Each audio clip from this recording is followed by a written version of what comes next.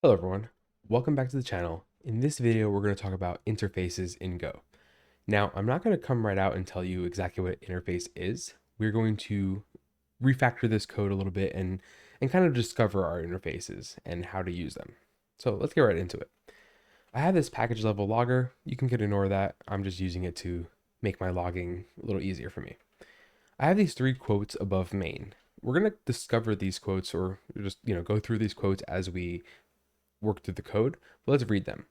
The first is Don't Design with Interfaces, Discover Them by Rob Pike. And this really just means like you should find where your interfaces are kind of organically. Don't kind of try to force it. And we'll see that.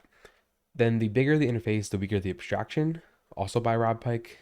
The more behavior you assign to an interface, the weaker you kind of make that abstraction because the fewer types can actually implement the interface. And we'll see that too. And accept interfaces return structs.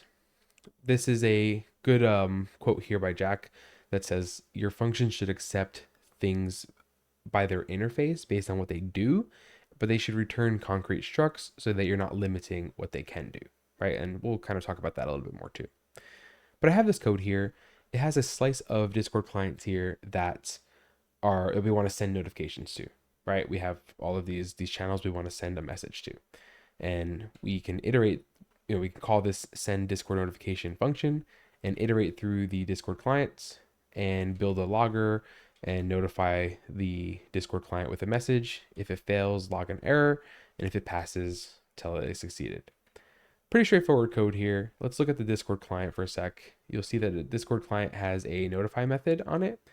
And if we call that notify method, the only thing that we're actually doing there, we're not actually reaching out to Discord. We're calling this simulate error function, which just returns an error 30% of the time, right? So we're just simulating like if we were to notify Discord, we'll get an error like 30% of the time, right? Just, I don't want to write code that is really reaching out to Discord here. I want to keep the code pretty simple. So I'm kind of just simulating it. Well, let's run this code. If we run this code, we'll see that it tries to reach out to Discord and one notification failed, one sent. And that's just due to the error handling logic that I have, right? 30% of the time it'll error, but you'll see like if I run it a few times, you'll get some that like both sent. And this is the code. It works pretty well. Now, this is cool because I can add new Discord clients here, right? If I wanted to send a message to the random channel, I can add that, run the code, and boom, now I have jobs, meetups, and random being sent to. But what's going to happen with this code? Well, over time, you're going to get more users and they're going to have their own needs. And someone's going to come to you and say, hey, can you also notify me via email? And it's going to look something like this. You're going to have to refactor your code to take email clients here. So pointer to email client. And you're going to do something like this with email client with the address being pseudomateo at example.com, right? You're going to end up doing something like this, and I'll make two. And then you build these email clients, but now you have no way to send them a notification because the function that you have only knows how to send Discord notifications. It doesn't know how to send email notifications. So you're going to build a new function that's called send email notification, and it'll take your email clients as function. And if we look at that, we'll end up having to recreate a new function called send email notification. And this was going to take email clients, which is going to be a slice of email client. And we'll refactor this even more and do email client here. And now I type with that a little bit. This is no longer a channel ID. This will be address, and this will be email. And that was a quick refactoring, but like this is what you would have to do to be able to send to both the Discord clients and to email clients. Kind of not fun, right? Like this code works, but you can see a lot of duplication here. And if imagine if they ask you to now send to Slack clients, you'll end up doing like another function here for like Slack, and this will kind of get out of hand. But it runs. Like let's run the code. Right? This works. We have our 4 notifications going out, 2 to Discord, 2 to the email. Everyone's happy. Can we do better? The answer is yes, we can do better. And we're going to do better using interfaces. And we've kind of just discovered our first interface. How so? Well, what do we care about? We don't care about whether the client is a Discord client or an email client. We just care about notifying the client, right? Sending them a notification. So the behavior that we actually want here is the ability to notify a client. There's our interface. We literally just discovered it just by looking at these concrete types that we have and finding the commonality between them, right? I don't care if it's Discord or email, I just want to notify. So, how do we do that? Well, first, we'll create a new type called the Notifier type, which is an interface. And an interface just means that any type that has the methods listed within this interface can implement this interface. So if I put a method in here like notify, and any type that has this notify method that takes a string and returns an error, it will implement the notifier interface. Well, we know that our Discord client has such a method right here, right? And we also know that our email client has a method right here. So it already fulfills this interface contract, right? It already has this notify method. Well, great. That's enough for me. So let's build a new slice, but instead of being a slice of Discord clients, it'll be a slice of notifier. And I'll call this notifiers, this type. And instead of having these two send notification functions here, we'll just create one called send notification. And this function, instead of taking a slice of Discord client, we'll take a slice of notifier. And we'll just change these variable names as well, notifiers. And then we'll call this like n. Cool. So this looks pretty good so far, right? We have the new send notification function here that takes a slice of notifiers instead of a slice of email clients or a slice of Discord clients.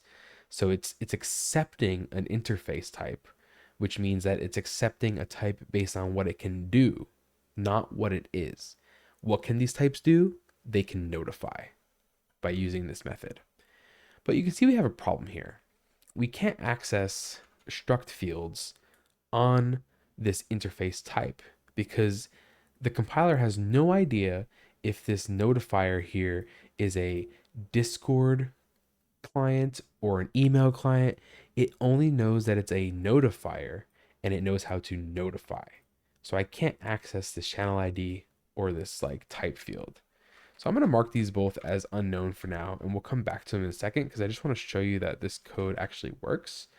And you'll see, just to recap, we have a notifier interface, which says any type that has a notify method with this signature can implement the notify interface.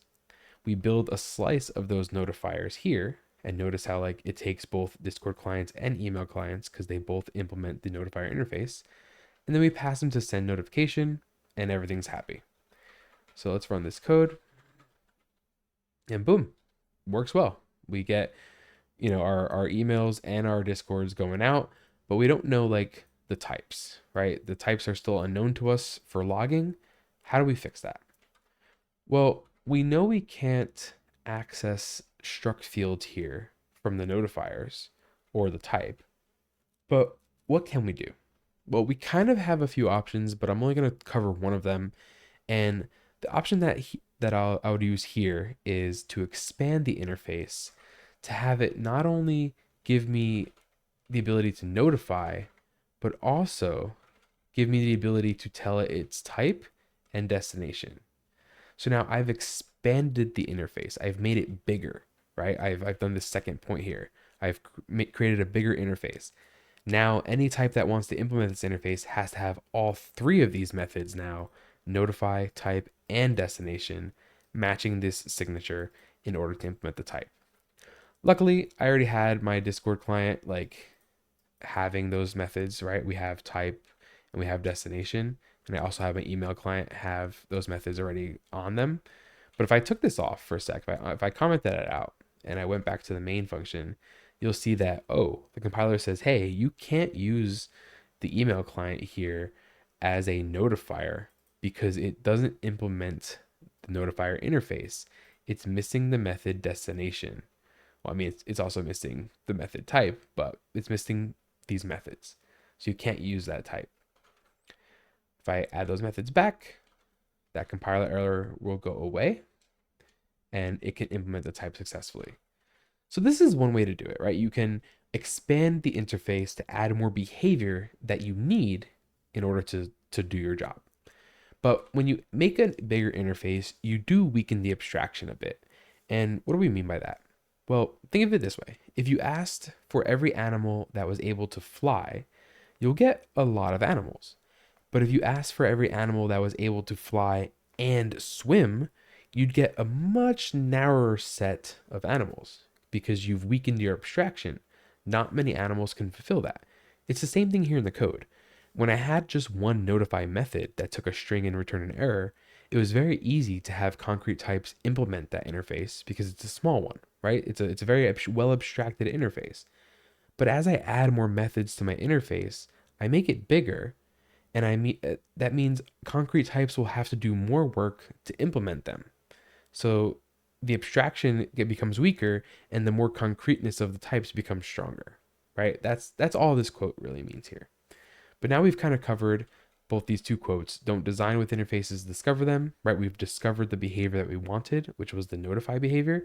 And we've looked at like how the bigger the interface, the weaker the abstraction. Let's take a look at this third quote. Accept interfaces, return structs.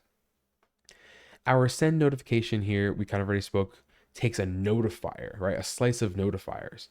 That slice of notifiers we can't access the underlying struct fields because we have no idea what type they are. We just know that they know how to notify.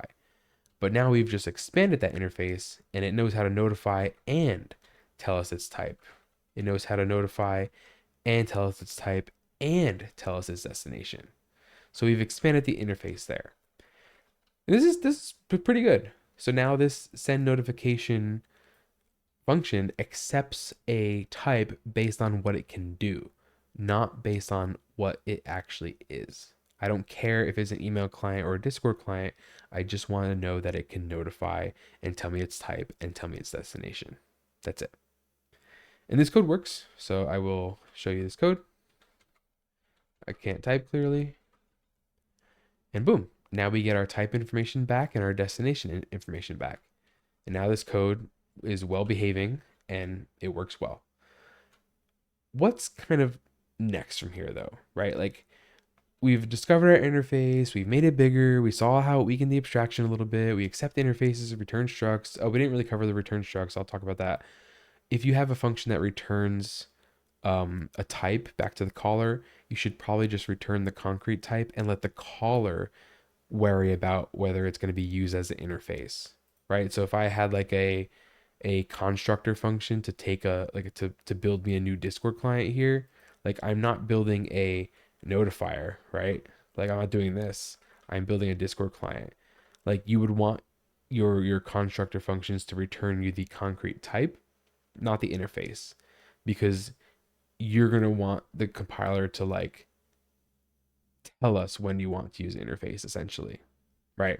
You don't want to constrain your type too soon. You want to do it just at the right time.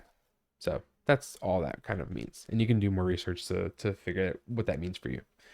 But this code works, everything's happy. But why did I like go through the trouble of like creating this interface type and doing this whole thing? It wasn't just so I can like in the future add like a Slack client or something, right? That wasn't why I did it. I did it because I found behavior. I found behavior that I wanted to guarantee that behavior no matter what type gets passed to me. And I've declared that behavior here by declaring this interface type. And I did that here in this main like Go program because this is the program that cares about that behavior, right? This send notification function here, this is the function that wants the behavior of the notifier. So I declare the notifier interface in this same file or in the same package really, because you always declare an interface on the consuming side of the interface, right? Whoever wants to consume the behavior of an interface is where the interface should be declared. That is well-behaving programs. Now this send notification knows how to take something that knows how to notify and type and destination. But a kind of a side benefit here is that it also makes it easier for me to test this function, right? I have this send notification function here that takes a message and some notifiers. Well, it's going to be very hard for me to test this with a real Discord client that really reaches out to Discord, or a real email client that really sends an email. I might not have access to like that stuff during testing. So this interface actually serves another cool purpose for me, and it allows me to easily test this send notification function by building my own notifier that implements like the notifier interface, right? My own type that implements the notifier interface. Let's look at the test file. So here I built a new type called mock notifier, and this has some like, testing logic inside of it, some fields that I'm gonna use for testing. And you'll notice I added a notify method, a type method, and a destination method. Since this new mock notifier type has all three of these methods, it implements the notifier interface. And I'm guaranteeing that up here, with what's called a compile time assertion. What this does is it says, hey, give me a notifier whose value is a mock notifier. And if I didn't have the proper method, this is just asserting that my mock notifier implements the notifier interface. And you'll see that like when I took away my notify string here, this errored out. So this is a good way to like at compile time determine whether or not a type implements an interface. You'll see this in code. I wanted to show it to you. Some people hate it, some people love it. It really doesn't matter. I just wanted to show it to you because you'll probably see this in code and you'll probably wonder like what the heck is this doing? That's what it's doing. It's just guaranteeing that my mock notifier type implements the notifier interface. But cool. So I have this mock notifier type. It's my own custom type that implements the notifier interface, and I'm just using it for testing, right? Like I have like logic in here that says, hey, anytime notify is called, like set it to true. And if we should error, set has error to true and return an error. This allows me to do like really cool assertions and tests. And let's see what that is. I have a couple table tests here, very simple. I have a happy path, which has a mock notifier that has like no data inside of it. So all we want to assert is whether or not the notified notify was called, right? If we pass a notifier to send notification, we better assert that the notify method was called, and that's all that does. But I also have a mock notifier that can error. So I set this like should error equals true. And if the mock notifier should error, then not only should notify be called, but we should have an error if we ask for one. So like this allows me to test out this send notification function by passing it a notifier that's like custom built, right? A mock notifier. So a side effect of like having good interfaces being used in your program is you're now able to implement tests easier. And I'll show you the tests. Go test, and boom, you'll see that the tests pass because I'm using my mock notifier for the tests, and the happy path tests pass, and the error path test pass. I can make it fail real quick. Let me like mark this notify called. Let's remove that. So when we call the notify method, it doesn't like mark that it was called. And let me run the test again. And you'll see that this fails because it says, hey, we expected notify to be called, but it wasn't. And now I have really high confidence that the send notifications function that I have here is doing the right thing, because not only does it work in production where I'm using my Discord client and my email client, but it works here in a test because I can mock out my interface and like play with it a little bit, right, in my tests. Super powerful stuff here. And like that's pretty much kind of what I wanted to show you here. And again, I know this is probably more of a convoluted introduction to interfaces than maybe people have out there. And I wasn't here to like tell you from scratch, oh, here's interfaces 101. I wanted to show you like what a real engineer would kind of go through as they're looking at code and building code. And like I wanted to show you that more refactoring aspect. I didn't want to just say like here's an interface and have fun and that's what it does. I want to show you like that refactoring mindset that engineers do when they like finally click and say, "Oh, there's my interface. Oh, I can expand it or contract it as I need to. Oh, I can build my own type that implements the interface for testing." Like this is the stuff that real engineers are doing with these things, and I wanted to show it to you from that perspective. So if you still do have questions about interfaces and whatnot, please ask. I'll be happy to answer those questions. But I hope that this gave you the information you needed. Let's quickly recap. So in this video, we just talked about interfaces. We know that an interface is a type that guarantees behavior. So any concrete type that has the methods that are listed in an interface will automatically like implement that interface. We can use that fact to like accept an interface into our functions, which accepts a type based on what it can do, not what it is, right? We're no longer accepting Discord clients or email clients, we're accepting notifiers. And you'll see this very commonly in like the standard library. The standard library uses interfaces in a lot of places. One such place is like io.like copy. You'll notice that it takes IO writer and IO reader. These are both interfaces. Anything that knows how to write and anything that knows how to read can be passed to this IO copy, and it'll copy bytes between the two. Super, super powerful stuff. Not only can you use interfaces in your like production code here, but you can also write tests for them. That's pretty much it. Again, if you have any questions, let me know. Be happy to answer them all. And I hope you learn more about interfaces in this video and understand like where and how to use them. And again, I do this to help you all, make, good people, good engineers. Same spiel. I don't like not here to try to sell you a course or this or that. I want you to understand the code that you're seeing, not like just see a pattern and repeat it, right? I want you to deeply understand like, oh, I know now when I should be reaching for this interface and where I should be declaring it and what it means, rather than like, oh yeah, throw interfaces everywhere. So cool. Thank you all again. Again, I will see you in the next one.